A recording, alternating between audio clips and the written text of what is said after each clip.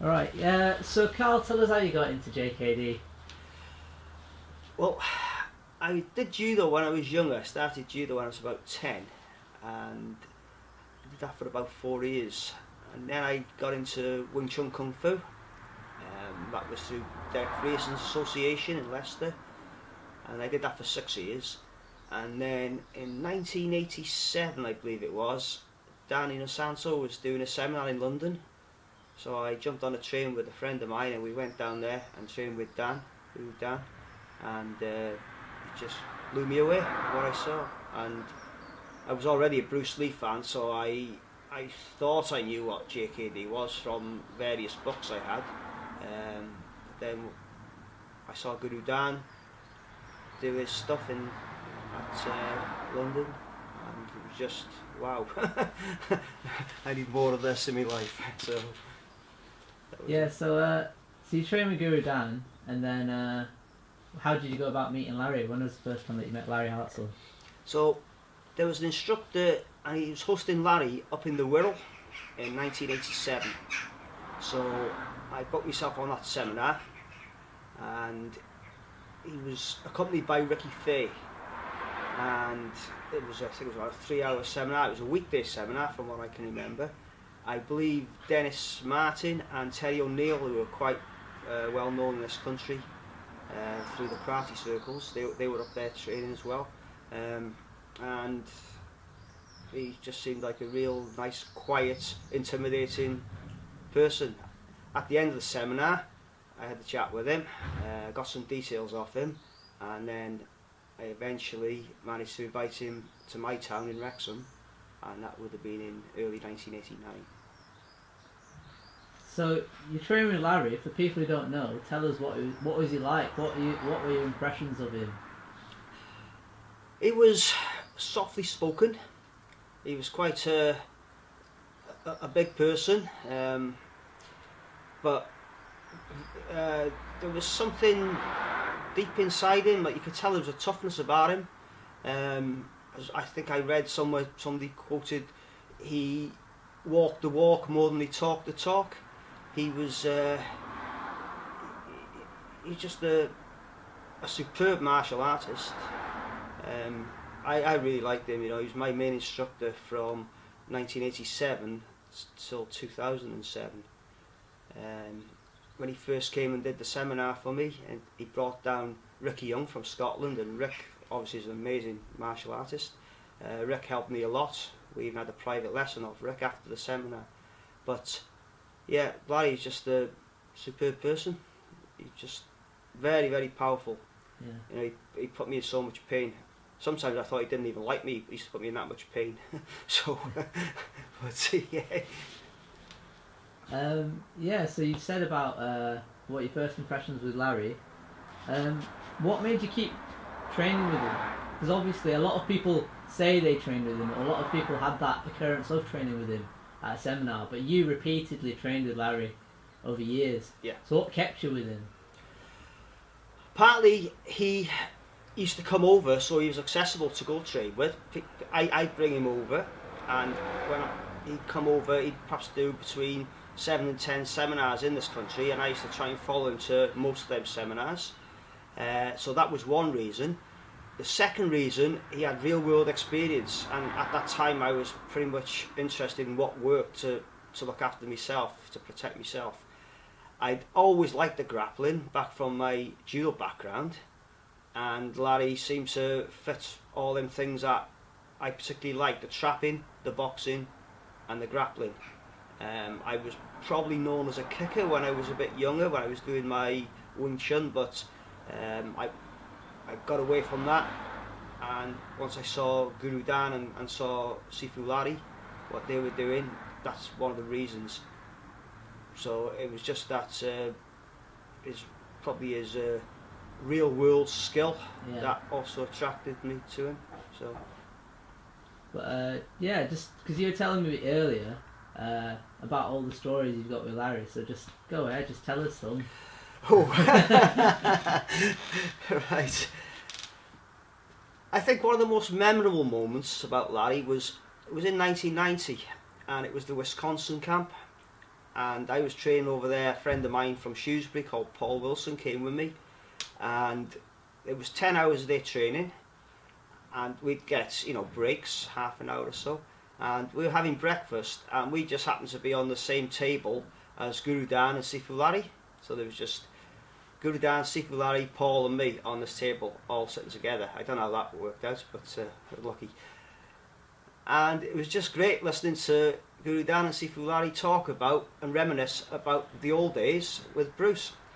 And they were saying when Brandon was born, Bruce was trying to put this cot together and he was losing his temper, and Guru Dan said, Bruce, I'll do that for you, I'll fix that. And then the other story they were saying, Bruce got stung by a bee and he wasn't happy, and Bruce was chasing this bee, he was throwing punches at it.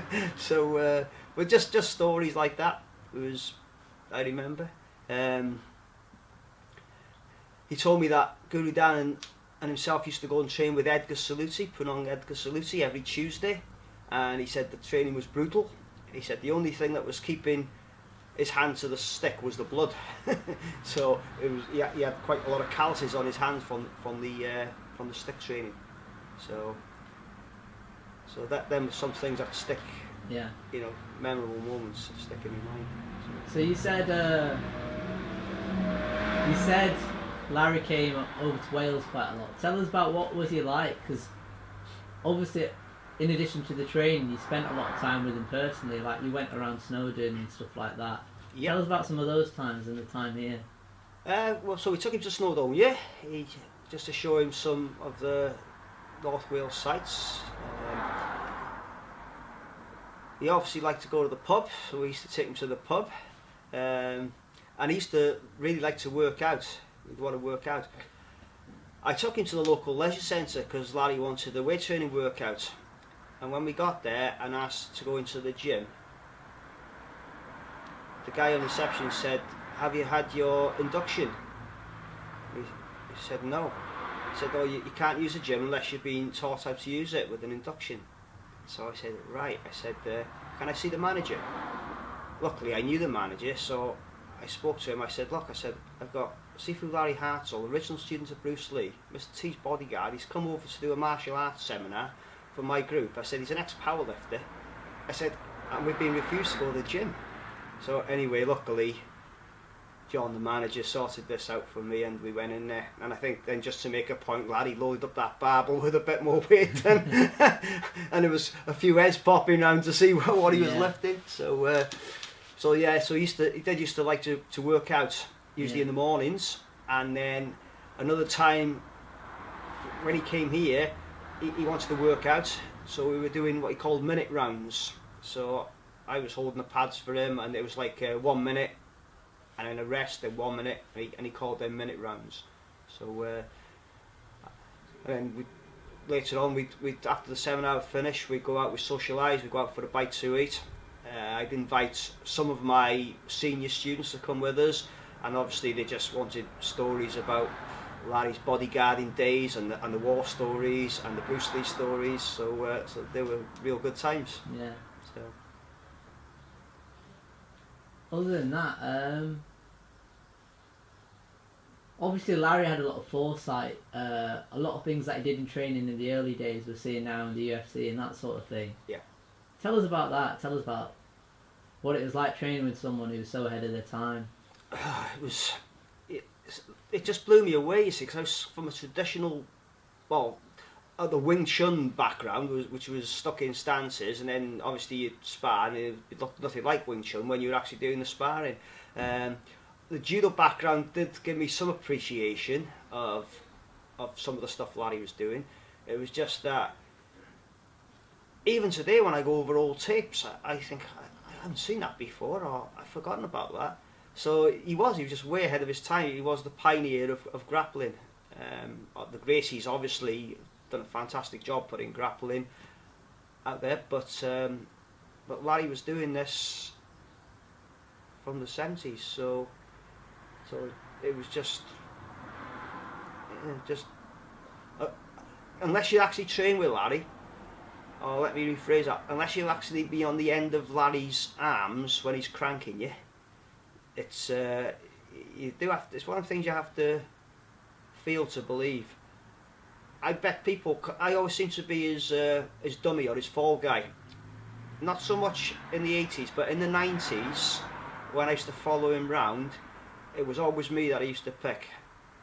Sometimes I used to think that the hosts, their noses might have been put out of joint because he'd always pick me, and maybe they wanted to be the fall guy.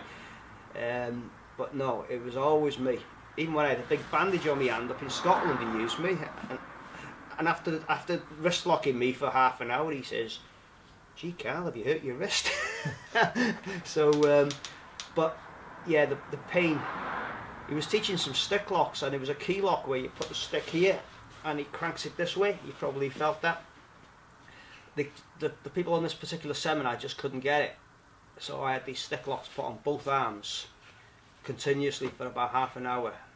And with Larry, when you tap, sometimes I don't think he acknowledged it, and he just keep on talking or keep on putting it on. So you tap again.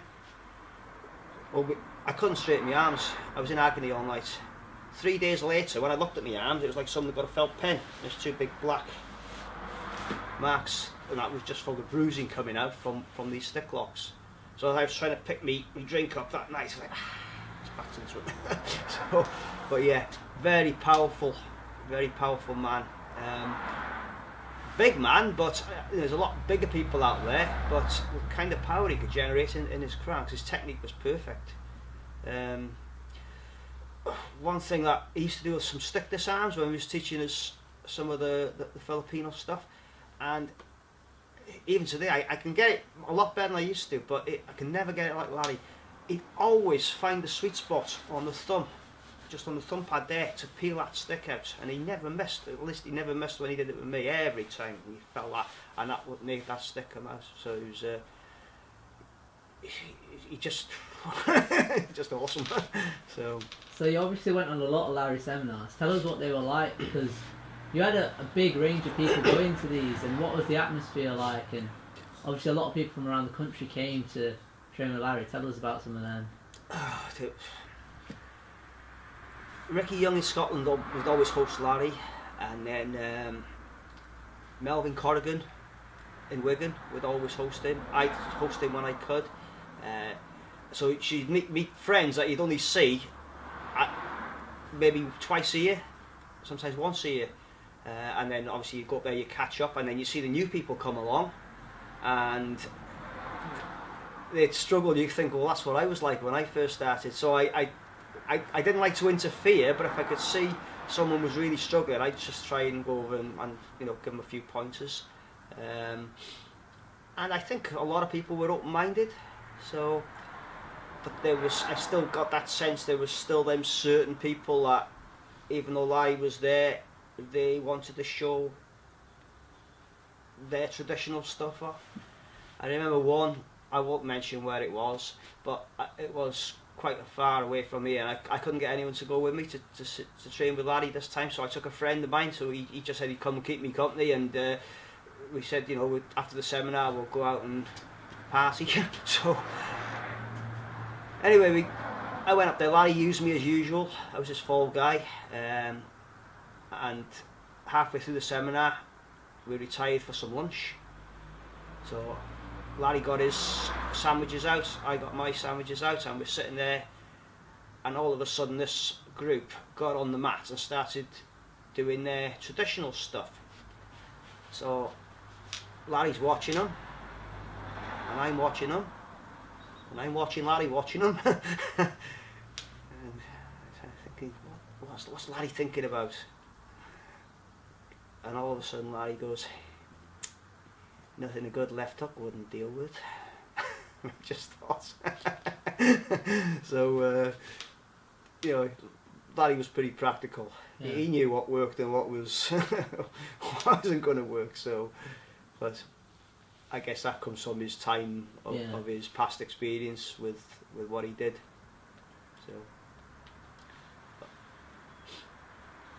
So yeah, tell us about the personable side of Larry, because you talked about him training. What was he like as a person outside of training? What was his attitude towards life and the way that he treated people? He had a good sense of humour. we'd finished training, and this was 7 hours in Manchester, Oldham or Manchester. Anyway, Chris Brown invited us back to the party that he was hosting. So Larry and Deborah, and I was there with a few of my students, and one particular student, his name's Wesley, and he was a really good student of mine at the time, and he was just so happy to be around Larry. So Larry's sitting on the settee, and Wes is sitting on the floor next to him, and I'm sitting on the chair adjacent. So we're talking away, and Larry kind of leans down to Wes.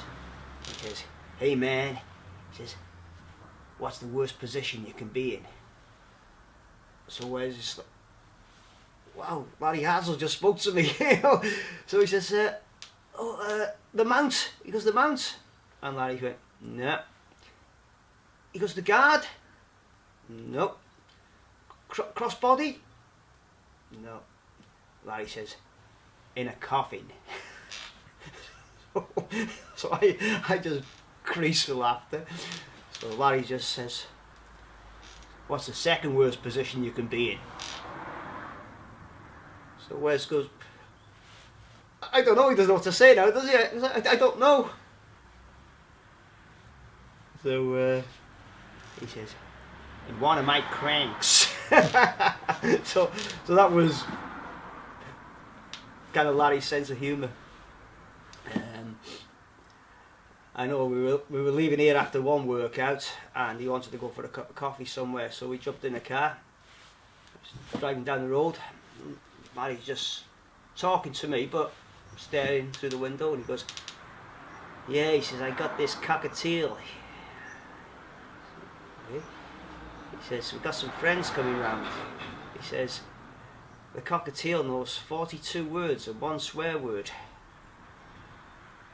So he says, "My friend's got a little girl, and she's teasing the cockatiel.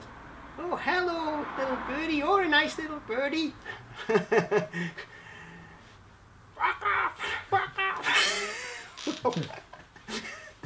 I nearly crashed the car. I could see you streaming down my face.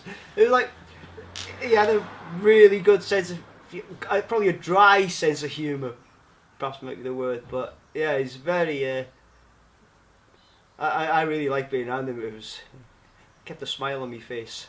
So, very welcoming as well. You know, he's, I think I'd only known him 2 years, and I was doing a seminar for me, and he just, out of the blue, he said, "Hey Carl," he says, "if you ever get any trouble, you let me know. I'll be on that plane straight away." You know, there's no need for him to say that, but you know, that's the kind of person he was. He was, he was just a good person to be around. And then, obviously, you know, we try and get stories out of him, and as soon as he was one of these people who didn't say much, but as soon as he did say anything, all ears picked up, because you didn't want to miss anything, and you had to listen really carefully because he was so quietly spoken. So, and I used to like the question and answer session at the end of the seminar. That was, you know, because you just don't know what people are going to ask. So, yeah. So tell us about a couple of these funny stories about the things that Larry did, and like when he came here and your dad showed him how to swing a golf club. And... Oh right, yeah. So we did the seminar. Then Larry fancied going out for what he called the black beer, which is Guinness. So we took him to a local pub. We had a few beers, and then we came back. And anyway, we were sitting in the lounge, and Larry was talking about martial arts and Vietnam and various other things, and we were probably a little bit rowdy. And my dad came downstairs. My mum and dad were sleeping upstairs, so my dad came down to see if everything was alright. So anyway, my dad's a bit of a golf fanatic, and he used to practice putting. So my dad would have like a little ashtray and a bag full of golf balls, and that's what my dad used to do. He wasn't very good at hitting the ball far, but he used to catch up on his short game. So my dad got the putter out, and he was teaching Larry how to putt. So he was saying, "So this is how you hold the club." He said, "This is the interlocking grip. and this is the overlapping grip. And Larry said, hey, I can relate to this. He goes, it's like grappling. He goes, we got the padlock grip and we got the engine grip. So there's my dad teaching Larry to keep his left arm straight and keep his head down, and about 2 o'clock in the morning. So that was one story that sticks in my mind. So did you ever get the chance to go over to the US and train with Larry? Because you said you've been over a few times. Yeah, I went over in 1990 to Wisconsin. There was Peter Hetrick was running the Wisconsin camp up there. So there was Guru Dan Nisanto, Sifu Larry Hartsell, Pendekar Paul Dutoit, and Arjun Chai, who was a Thai boxing president of the United States, and then there was a guest instructor called Bert Poe. So then were the 5 instructors, and that was I believe a 4-day seminar, training 10 hours a day. So Guru Dan would do 2 hours, followed by a short break. Then Arjun Chai was usually on next to do the Thai boxing, because you don't really want to do Thai boxing after you've had your lunch. So then there'd be a break for an hour, and then there'd be another 2 hours, break 2 hours, and then most of the instructors would do an extra 2 hours each day. So Larry would do 2 hours, 2 hours, 2 hours, but on one day Larry would do 4 hours. And then we had this guest instructor called Bert Poe, who was a very interesting person to meet as well. So, but yeah, so that's when I went over to train with Sifu Larry. I have been back over to teaching in the States in 2006 and again in 2008 in Vegas and in Missouri in Independence. That wasn't with Larry, that was with Sifu Tim Tackett and his association. But I kept in touch with Larry right through until unfortunately he passed away in 2007. The last time I trained with him, it was probably only possibly a couple of months before he passed away. I knew he'd been ill because I was at the seminar before that Krishna held, and I spoke to Larry about his illness, and anyway, he told me he was better. And then when I spoke to him again at the last seminar, he was moving really well. So I did think he was better.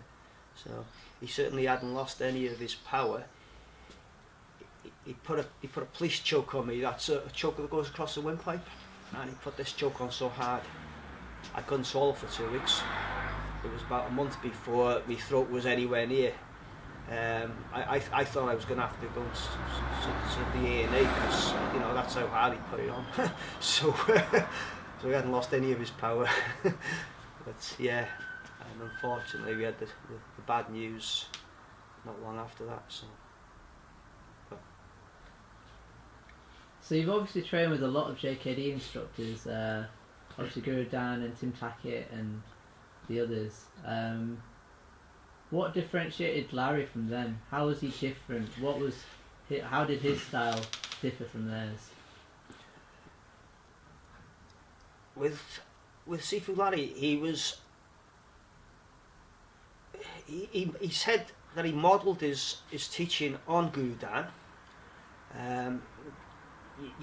With Guru Dan, when I first met him, he just blew me away. I just saw so much.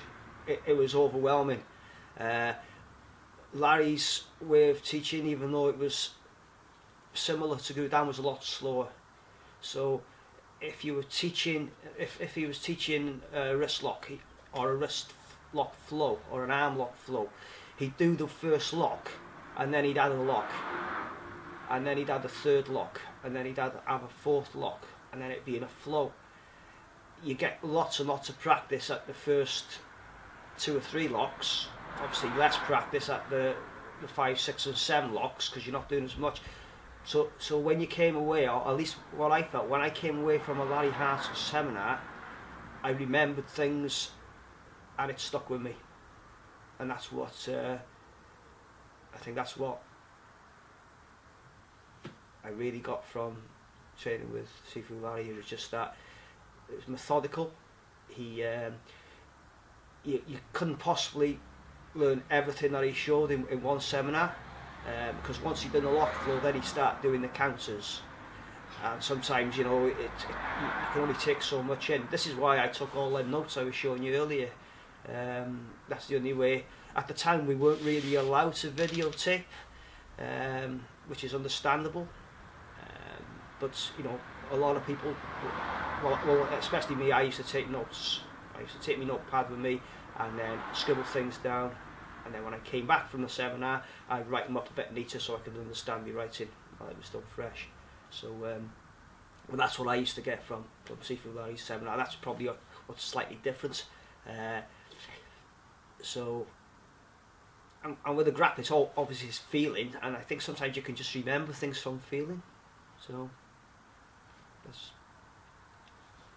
So I think we've got quite a lot there. Tell us anything you want to tell us about the stories and the times, if we've got any. Tell us about the good times. I made some notes on my phone, so let's just check my phone and see if. Yeah, I mean, we're gonna. I don't want to leave anything good out. Anyway, so yeah. Okay, so this is a Bruce Lee story that Larry told me. So he said Bruce was with this Qigong guy in Bruce's, it must have been in one of the places he was living, and this Qigong guy invited Bruce to punch him in the stomach as hard as Bruce could. So apparently the Qigong guy went through a series of his breathing drills, so you know, and they tense up, and so Bruce said, "Are you ready?" And he says, "Ready." So Larry told me Bruce slapped him so hard across the face, and then he hit him in the stomach. And he said this guy was just coughing up blood. You know, Bruce distracted him, and then he hit him. And that was I don't know whether that's a well-known Bruce Lee story. I hadn't heard it before until Larry told me. But I obviously asked Larry about Bruce, and you know, was Bruce scared of anyone? And he said Bruce wasn't scared of anyone. He said he told me that he sparred Bruce and Bruce beat him quite bad. So I thought, well, you know, so that's one story. I think there's some other stories for you. So, okay, another one. So Larry's working in a redneck bar in North Carolina, and he gets into a fight with three of these drunken rednecks. I think one must have caught Larry, so Larry licked his blood, got his blood and licked it. And Guru Dan found out about this story, and apparently he told Bruce, and Bruce thought this was so cool and used that move in Enter the Dragon. So when O'Hara scratches him and Bruce gets the blood, so Larry said, that's my claim to fame, he said. Bruce used one of my moves in his movies. He also told me he was supposed to have the part of the Russian that Bob Baker had in Fist of Fury, but he broke his leg, so he couldn't do it. So yeah, so that's another one. I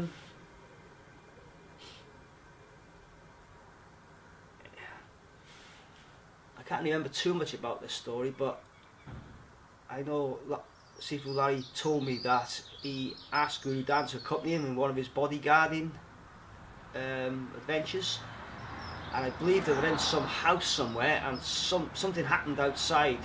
I think Cliff Stewart was there, who was another bodyguard that used to work a lot with Sifu Larry, and I think they were both armed with handguns. Something happened, and Guru Dan, according to Larry, just ran out with his sticks, and they called him, Dan, come back. It just goes to show how brave Guru Dan is. You know, Guru Dan's a lot tougher than perhaps people give him credit for, and I think probably a bit of a handful when he was younger. So, but yeah, that was one story that Larry told me about. So I learned some real good stick grappling stuff off him. Plus a lot of the knife stuff that I've learned, a lot of that comes from Larry. Yeah. So he's just such a well-rounded martial artist. His whole life, you know, he was, even when he was sort of sitting quiet, you could see he was thinking about martial arts. He was practicing. He'd be doing something. You think, you know, I'd be watching. He's cranking someone out there. He's kind of mentally training, you know. So, but yeah. What more can I say? He was just an unbelievable person. I was just very privileged, you know, that I actually trained with him for as long as I did. So, and partly of that was due to Rick Young. You know, I don't see a lot of Rick Young, but I think Rick Young is, he's an awesome martial artist. And you know, it was when after the first seminar, when we finished the seminar, Rick was good enough to come to my gym and give us a private lesson, and Rick Young put some finger locks on me, and he had me in tears. Rick is a very powerful guy too. So and so yeah, that's all I can say.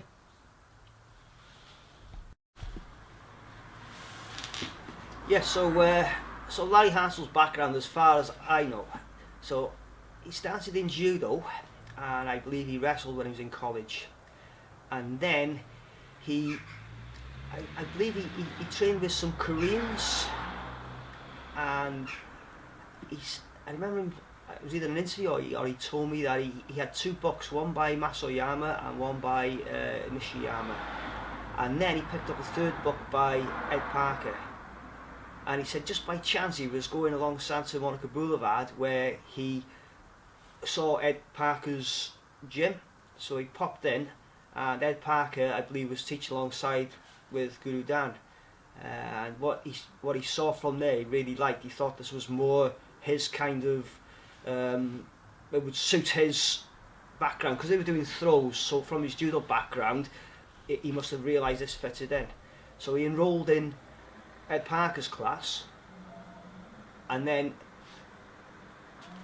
eventually became a friends with Guru Dan, I believe, in 1963, and then was eventually introduced to Bruce Lee, and I think it was in about 1964.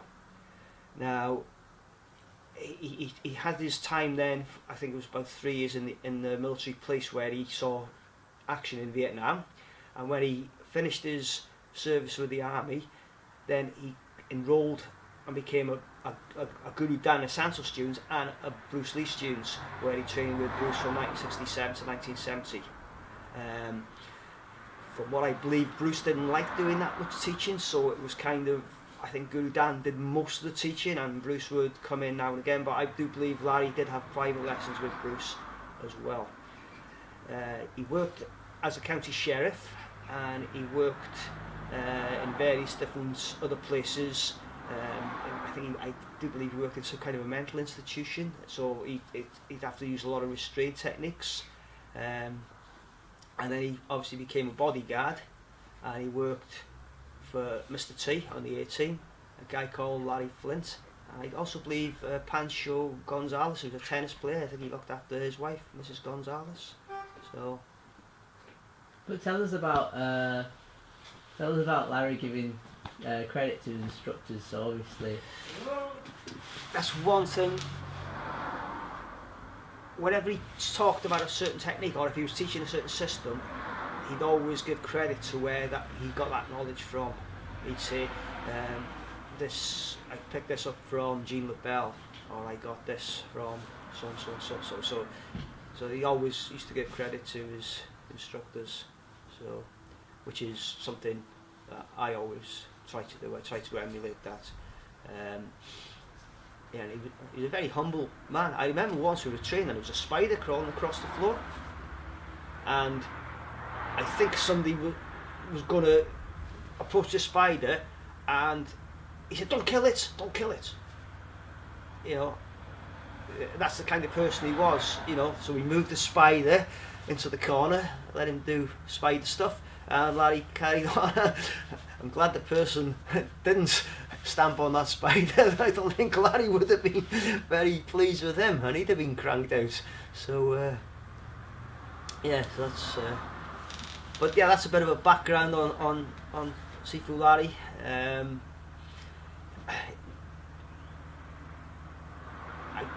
I know he got into the shoot wrestling from Yuki Nakamura.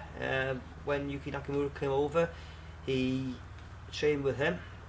So he got obviously a lot more, and a lot of the floors that I learnt off him were, I didn't realise at the time, but when I look back, I could see where that shoot fighting influence came from. And a lot of the Dumog, the Filipino wrestling, obviously from Guru Dan. So, but that's a rough background of for people who don't know who Sifu Larry is. Mr. T, obviously from the 18 fame and the Snickers advert, who used to be Muhammad Ali's bodyguard at one time. There is actually a photograph of Mr. T with Larry. If you search hard enough, you'll find it up there. And he said T used to love to dance, and he had all this gold on him. So they were there really to, protect the gold. So obviously Sifu Larry had to dance as well, which I've seen him do a couple of times.